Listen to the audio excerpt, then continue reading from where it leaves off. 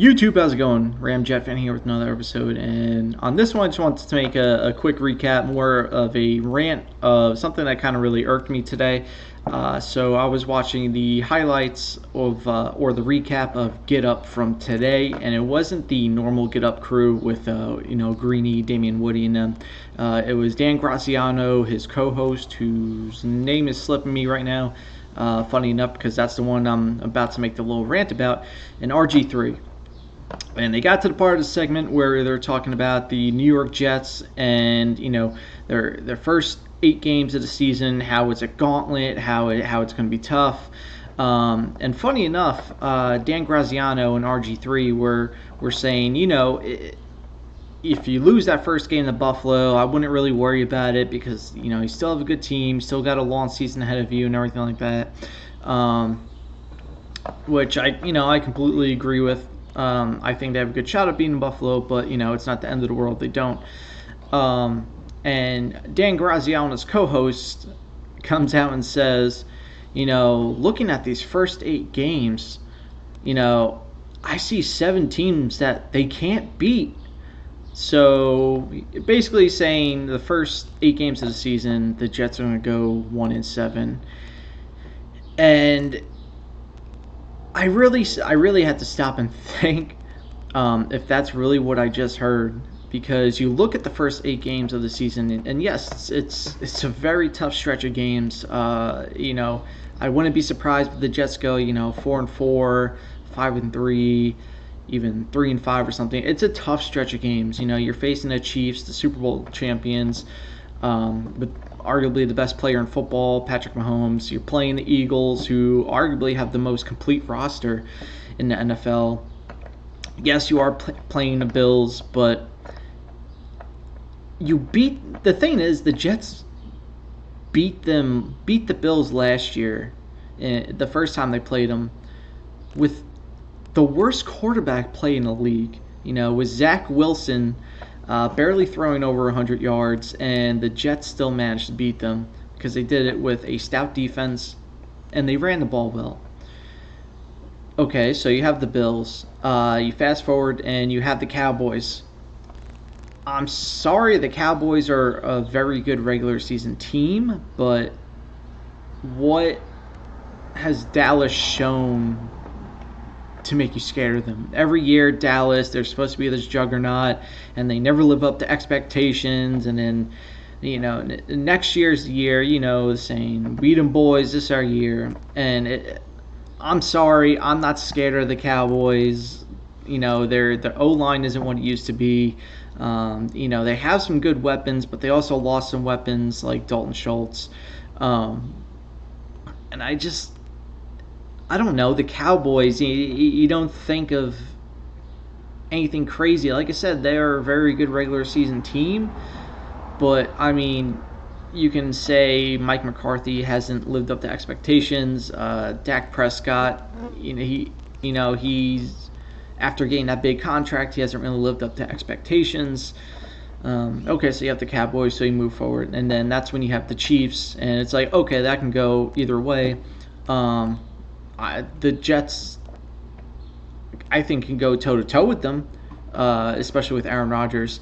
I think it's kind of a 50-50 shot that they can win. Overall, the Chiefs, weapons-wise, they have Travis Kelce, obviously Pat Mahomes, but as far as the wide receiver room, after the draft and everything, it kind of looks like they're going to be depending on the development of Sky Moore a little bit, who has the potential to be a very good player, but he's no Tyreek Hill, he's no Travis Kelce.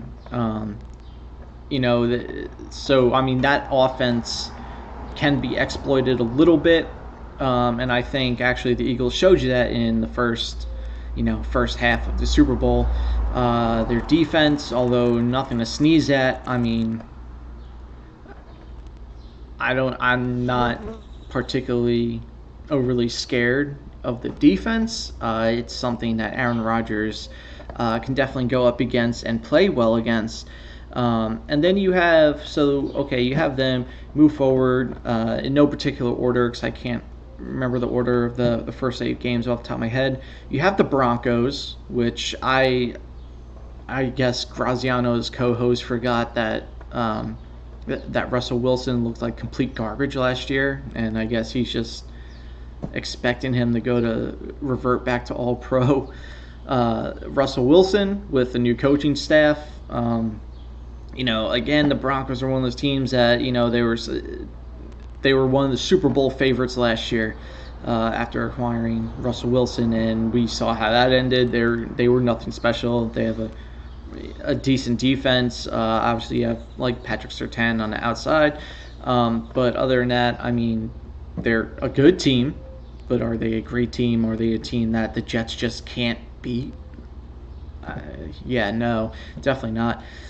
You have the Patriots, which, let's be honest, I think we can all assume that the Patriots are going to be the bottom dwellers of the AFC East this year.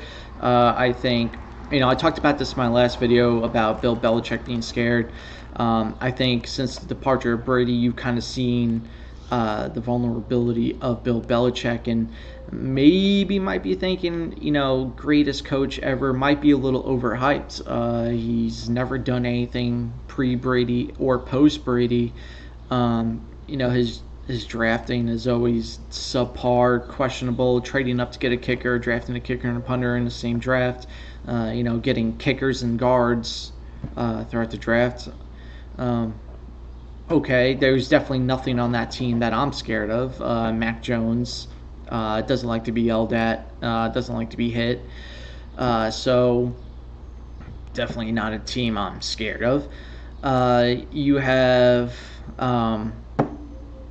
again, Chiefs, Eagles, teams like that. And the rest of the teams are slipping me right now.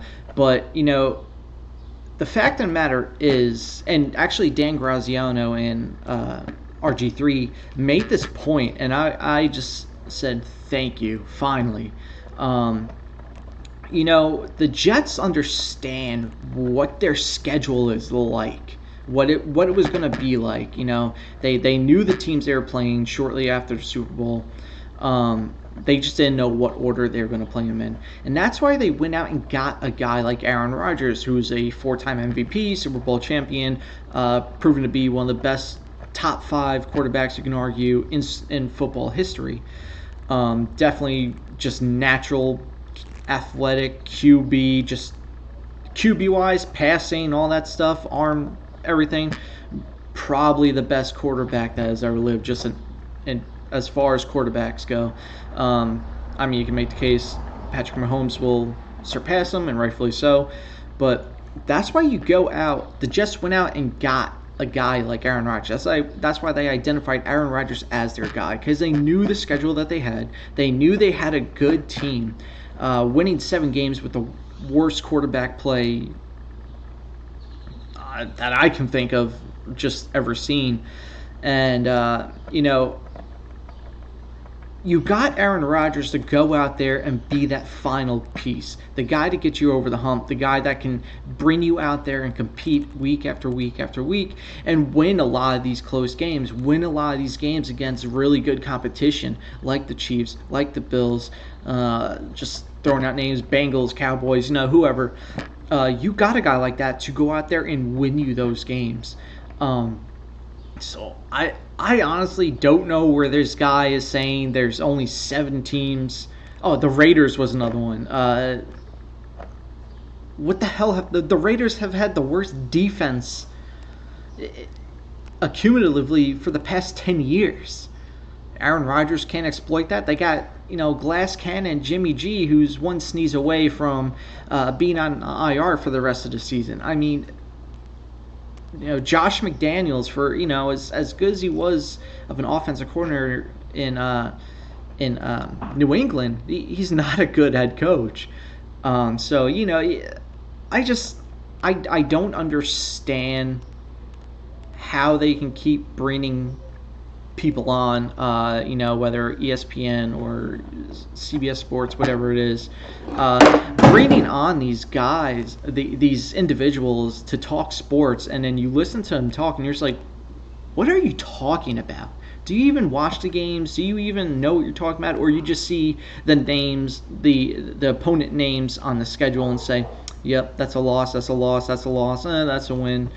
Um, and it's just, and kudos, like I said, kudos to Graziano and RG3. They came out for the Jets, and with a kind of attitude like, yeah, what are you talking about? I mean, I get it. It's the Jets, same old Jets. To an extent, I understand. They're same old Jets until proven wrong. I get it, but there's no way you can look at this roster, look at this team, look at all the improvements they made, and say, "Oh yeah, no, they're a one-win team for the first half of the season."